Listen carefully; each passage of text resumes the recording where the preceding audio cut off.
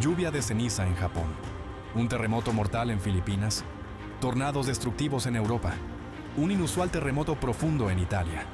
Analizamos en este episodio lo que ocurrió en el planeta durante la última semana. Italia.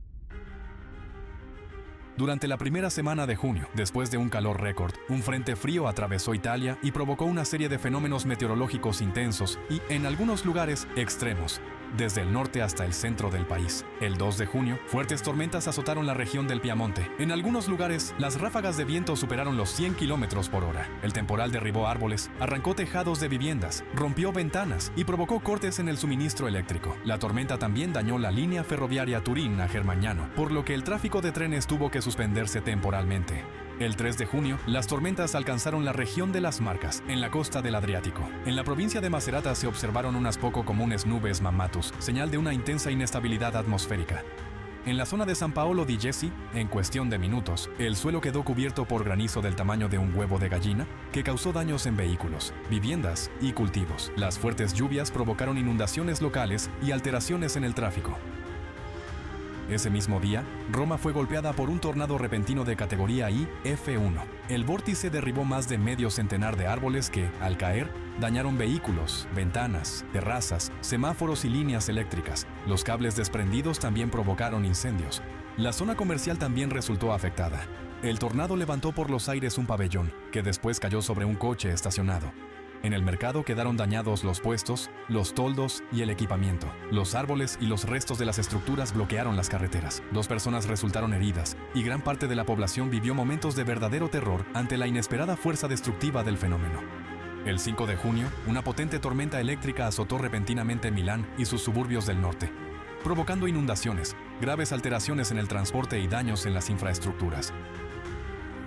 En las zonas más afectadas cayeron hasta 60 milímetros de lluvia en poco tiempo, mientras que en Chinicelo la intensidad alcanzó los 51 milímetros en una hora, un nivel con el que el sistema de drenaje pluvial deja rápidamente de poder absorber el caudal de agua. La rápida subida del nivel del río Seveso obligó a las autoridades a activar el tanque de laminación, una infraestructura hidráulica especial a la que se desvía el exceso de agua de lluvia. Esto permite reducir el caudal máximo del río y disminuir el riesgo de inundación en las zonas urbanas. Lituania. El 5 de junio, algunas zonas de Lituania quedaron bajo el dominio de una potente tormenta con tormentas eléctricas y lluvias torrenciales. Durante el temporal se registraron en el país casi 4.700 rayos, y en algunos lugares cayó en un solo día la cantidad de precipitación habitual de 2 semanas. La ciudad de Kaunas fue una de las más golpeadas por el temporal. Allí cayeron alrededor de 37 milímetros de lluvia, lo que provocó inundaciones en las calles. Sin embargo, los mayores daños fueron causados por los tornados, de los cuales ese día se registraron 4 en el país. El más potente fue un tornado de categoría IF2, que atravesó Kaunas. La longitud de su recorrido fue de unos 3 kilómetros y su anchura alcanzó los 200 metros. En solo 1 o 2 minutos, el vórtice derribó árboles, arrancó tejados de viviendas, dañó automóviles y dejó sin suministro eléctrico a unas 8.000 personas. También se registraron importantes daños en el cementerio local. Según los testigos, la escena allí parecía verdaderamente apocalíptica. Los árboles caídos dañaron tumbas y monumentos, y la gente encontraba flores artificiales del cementerio en sus patios a varios cientos de metros de distancia. Otro fuerte tornado de categoría IF 1.5 atravesó la aldea de Antanabas, en la zona de Kaslurruda. Los residentes locales contaron que el vórtice surgió prácticamente de la nada y cobró fuerza en cuestión de instantes. Arrancaba tejados, desarraigaba árboles y levantaba diversos objetos en el aire, y su estruendo recordaba al despegue de un avión. Otros 2 tornados fueron grabados por testigos en los distritos de Panevėžys y Kupiškis. Bulgaria. Desde el 2 de junio, el tiempo tormentoso, con lluvias torrenciales y granizo, afectó a la mayor parte de Bulgaria, provocando inundaciones locales y graves daños materiales en varias regiones. La situación fue especialmente grave en la aldea de Ticha, en la provincia de Sliven, donde, tras las intensas lluvias, el río se desbordó e inundó viviendas, patios e infraestructuras viarias. En algunos lugares, el nivel del agua alcanzó aproximadamente 1 metro. Debido al brusco empeoramiento de la situación, se activó el sistema de alerta de emergencia a la población B. Alert. También quedó inundado un tramo de la carretera nacional Kotel o Murtak, y el tráfico fue suspendido para evitar accidentes. En la provincia de Varna, el temporal también interrumpió las comunicaciones por carretera. Varias vías regionales quedaron inundadas y cubiertas por una capa de barro. La aldea de Medovets sufrió inundaciones 2 veces en pocos días. El agua causó daños en viviendas y en la producción agrícola, y además destruyó uno de los 5 puentes. En la zona del municipio de Kazanlak, en la provincia de Stara Zagora, una fuerte tormenta trajo lluvias torrenciales y granizo, en algunos lugares del tamaño de una nuez. En la aldea de Enina, en cuestión de minutos, cubrió los patios con una densa capa de hielo. Los habitantes de la aldea de Borovan, en la provincia de Vratsa, grabaron en video un tornado poco habitual para la región, aunque no se informó de daños causados por él. Países Bajos. El 4 de junio, un tornado pequeño pero destructivo azotó la localidad de Glannerbrook, en la provincia neerlandesa de Overijssel. El vórtice fue clasificado como 1F, 1.5 según la escala internacional Fujita. El fenómeno arrancó los tejados de viviendas y construcciones auxiliares, derribó árboles y vallas y destruyó por completo un almacén. Los testigos contaron que los fragmentos de los tejados salieron despedidos hasta una distancia de 80 metros. Debido a los daños sufridos por cubiertas que contenían amianto, se liberaron al aire peligrosas fibras de amianto que, al ser inhaladas, representan un grave riesgo para la salud. Por este motivo, se contrató a una empresa especializada para limpiar la zona. Una escuela primaria local también resultó dañada, por lo que los padres recogieron a todos los niños del edificio afectado. Afortunadamente, según los datos oficiales, no hubo víctimas mortales ni heridos. El tornado continuó su recorrido hacia Alemania y pocos minutos después alcanzó la ciudad de Gronau, en el estado federado de Renania del Norte-Westfalia. Allí, la intensidad del vórtice disminuyó hasta la categoría IF1 y los daños fueron considerablemente menores. Únicamente se desprendieron algunas tejas y se produjeron otros daños leves en los tejados. India. La tarde del 1 de junio, una potente tormenta con lluvias torrenciales azotó el estado indio de Rajasthan. Los fuertes vientos, que alcanzaron una velocidad de 100 km por hora, arrancaron árboles de raíz, desprendieron tejados de viviendas y dañaron líneas eléctricas y subestaciones transformadoras. Cientos de aldeas se quedaron sin electricidad. Debido a las interrupciones en el funcionamiento de los sistemas de abastecimiento, muchas localidades se enfrentaron a una grave escasez de agua potable. Las instalaciones de energía renovable sufrieron graves daños. En el distrito de Barmer se desplomó una turbina eólica. Cabe señalar que la proporción de energía solar en la matriz energética de India está creciendo rápidamente. En el marco del programa estatal para instalar paneles solares en los tejados de viviendas, en mayo de este año se instalaron en todo el país un récord de 316,000 sistemas solares de este tipo. Además, el estado de Rajasthan ocupa el primer lugar de India por capacidad solar instalada y alberga algunos de los parques solares más grandes del país. Lamentablemente, esta infraestructura fue precisamente una de las afectadas por la potente tormenta.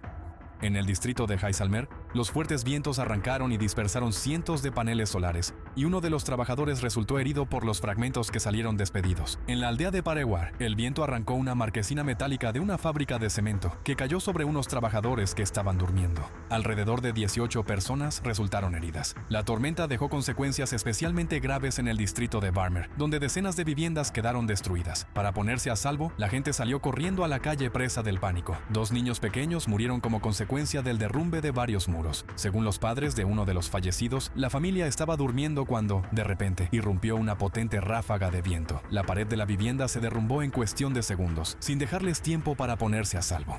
El 5 de junio, el temporal volvió a azotar Rajasthan. Fuertes tormentas eléctricas, vientos huracanados y tormentas de polvo cubrieron el estado. En el distrito de Bikaner, se derrumbó el tejado de una escuela pública. Afortunadamente, nadie resultó herido, ya que el centro educativo estaba cerrado por vacaciones. En el distrito de Bhilwara, un hombre sufrió heridas mortales al ser alcanzado por una lámina metálica del tejado arrancada por el viento. En Dholpur, 2 hermanos que intentaban refugiarse del temporal murieron bajo una pared que se desplomó. Los 2 fuertes temporales registrados en Rajasthan se cobraron la vida de al menos 6 personas. En el estado montañoso de Sikkim, las intensas lluvias provocaron un deslizamiento de tierra que arrastró un automóvil al río Testa. En el vehículo viajaba una familia de 4 personas, entre ellas un niño. Los equipos de rescate llevaron a cabo una operación de búsqueda durante varios días, pero no fue posible salvarlas. El 7 de junio, una fuerte tormenta con ráfagas de viento atravesó el aeropuerto internacional Indira Gandhi de Delhi. Como consecuencia, 3 aviones de la compañía Air India resultaron dañados.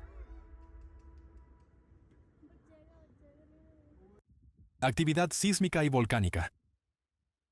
La mañana del 7 de junio se produjo una serie de erupciones en el volcán Sakurajima, situado en la prefectura japonesa de Kagoshima. Aproximadamente desde las 5 de la mañana, comenzaron a registrarse pequeñas emisiones. Posteriormente, en el cráter Minamidake, comenzó una erupción de mayor magnitud, que se volvió continua y duró alrededor de una hora. La columna de ceniza alcanzó una altura máxima de 1.300 metros sobre el cráter y se desplazó hacia el oeste, en dirección a la zona urbana de Kagoshima. Sobre la ciudad soplaba un fuerte viento, con ráfagas superiores a los 18 metros por segundo. Como resultado, la ceniza cayó sobre una extensa área, principalmente en el centro de la ciudad. El cielo se oscureció notablemente, y las calles, los tejados y los automóviles quedaron cubiertos por una capa gris de ceniza. Las precipitaciones agravaron la situación.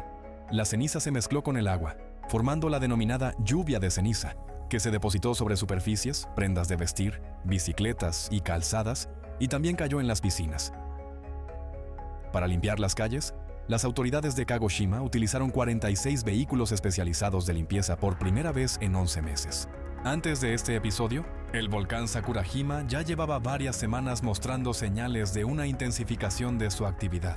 Desde el 11 de abril volvieron a registrarse erupciones y explosiones significativas, y desde finales de mayo, los instrumentos de la Agencia Meteorológica de Japón detectaban una deformación de la corteza terrestre que indicaba la expansión del edificio volcánico. Además, durante una inspección de campo realizada el 3 de junio, se registró una emisión de dióxido de azufre de aproximadamente 2.900 toneladas diarias, lo que indica una entrada activa de gases volcánicos procedentes del sistema profundo. El volcán Shiveluch, en Rusia, también mostró una actividad elevada. Según el equipo de respuesta a erupciones volcánicas de Kamchatka, el 6 de junio, expulsó una columna de ceniza que alcanzó una altura de hasta 12 kilómetros sobre el nivel del mar, mientras que la nube de ceniza se extendió aproximadamente 10 kilómetros hacia el este del volcán. La explosión duró alrededor de 10 minutos. El código de color de peligro para la aviación se elevó a rojo, el nivel máximo. No se registró caída de ceniza en las localidades cercanas. Sin embargo, se recordó a los habitantes que debían respetar las medidas de seguridad, ya que persiste el riesgo de nuevas emisiones. La noche del 2 de junio, se produjo un fuerte terremoto profundo de magnitud 6.1 frente a la costa noroccidental de la región de Calabria. El epicentro se localizó en aguas del mar Tirreno, aproximadamente a 20 kilómetros de la costa. El hipocentro se situó a 259 kilómetros de profundidad. Los especialistas del Instituto Nacional de Geofísica y Vulcanología de Italia señalaron que un terremoto de esta magnitud y a semejante profundidad constituye un fenómeno poco frecuente y significativo para la región. Los temblores se sintieron en una extensa zona del sur de Italia, principalmente en Calabria y a lo largo de la costa del mar Tirreno. También se recibieron avisos de sacudidas desde zonas más alejadas, incluso desde la región del Lacio. En las viviendas se balancearon las lámparas, se movieron los muebles y otros objetos, pero no se registraron daños graves ni heridos. La gran profundidad desempeñó un papel importante. Los componentes de alta frecuencia de las ondas, que suelen provocar las sacudidas más bruscas y destructivas, se atenuaron en gran medida antes de alcanzar la superficie. El 7 de junio se produjo una serie de terremotos en el norte de la isla griega de Eubea. En un intervalo de 6 minutos, se registraron 3 temblores, el más fuerte de los cuales alcanzó una magnitud de 5.2. El epicentro se localizó en la zona de la aldea de Procopi. Las sacudidas se sintieron no solo en Eubea, sino también en el Ática, incluida Atenas. Tras el temblor principal, comenzó una activa secuencia de réplicas. Solo durante la noche, se registraron alrededor de 70 eventos sísmicos, con magnitudes de hasta 4.3. Las consecuencias fueron de carácter local. Los daños más significativos se registraron en las aldeas de Procopi y Dafnusa. Resultaron afectadas principalmente viviendas antiguas. Aparecieron grietas en los edificios y, en algunos lugares, se produjeron daños en paredes y determinados elementos estructurales. En la localidad de Mantudi, los terremotos provocaron pequeños deslizamientos de tierra y desprendimientos de rocas en las carreteras.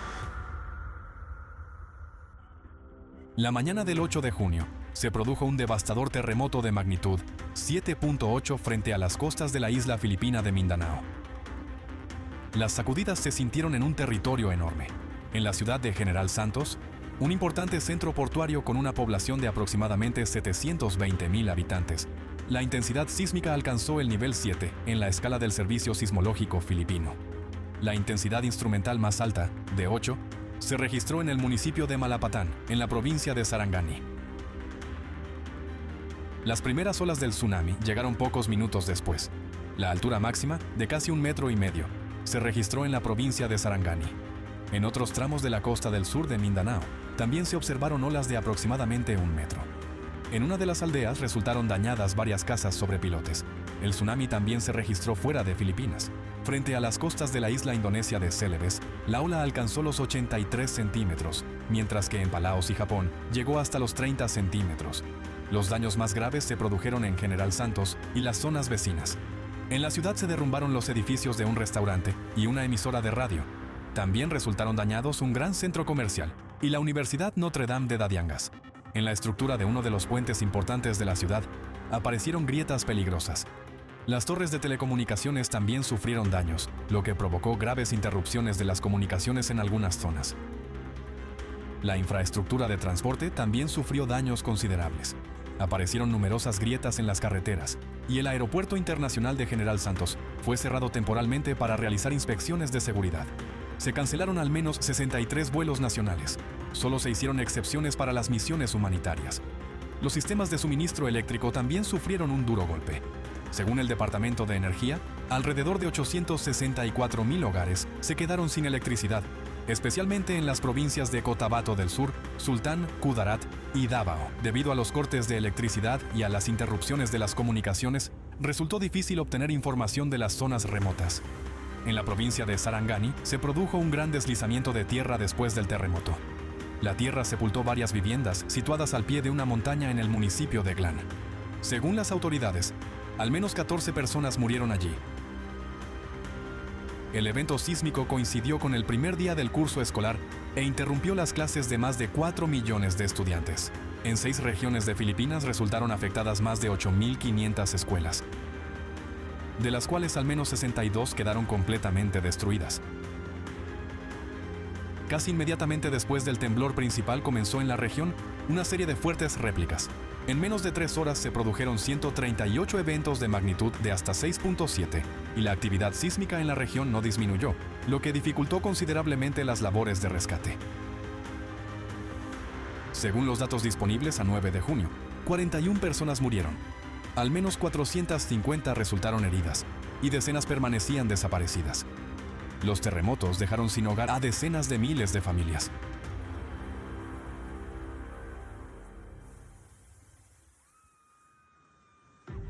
El terremoto de Filipinas es un claro ejemplo de que las consecuencias de un desastre no terminan cuando deja de temblar la tierra. Si una persona ha sobrevivido, eso es lo más importante, pero después debe afrontar otras preguntas. ¿Dónde vivir si ya no tiene hogar? ¿Cómo alimentar a su familia? ¿Dónde estudiarán sus hijos si la escuela ha quedado destruida? ¿Cómo reconstruir la vida cotidiana si toda la infraestructura que la hacía posible ha resultado dañada? Cuando hablamos de las consecuencias de un desastre, es importante comprender que no se trata únicamente de una lista de daños. Sobre todo, son las vidas de personas que, de repente, pierden su forma de vida habitual. Precisamente por eso, el aumento de los desastres no supone simplemente un incremento del número de sucesos registrados en los informes, supone la multiplicación de estas tragedias personales. Cada nuevo terremoto, inundación, tornado o erupción deja a personas sin nada y las obliga a reconstruir su vida desde cero. Incluso cuando un fenómeno no se convierte en una megacatástrofe con decenas de miles de víctimas mortales, sus consecuencias pueden prolongarse durante meses o años. Al mismo tiempo, cada vez es más frecuente que un nuevo golpe de la naturaleza llegue antes de que las zonas afectadas tengan tiempo de recuperarse. Por eso, lo que está ocurriendo ya no puede considerarse un conjunto de desastres naturales aislados. Estamos observando una dinámica creciente de anomalías naturales que exige no solo registrar los daños, sino también analizar en profundidad sus causas, sus interrelaciones y los posibles escenarios de respuesta y adaptación. La concienciación de la sociedad y la atención de la comunidad internacional pueden crear las condiciones necesarias para un debate científico independiente y para unir esfuerzos a escala mundial. La consolidación de científicos de distintos países, climatólogos, geofísicos, oceanógrafos, vulcanólogos y especialistas de otras disciplinas ya no es simplemente deseable, sino necesaria.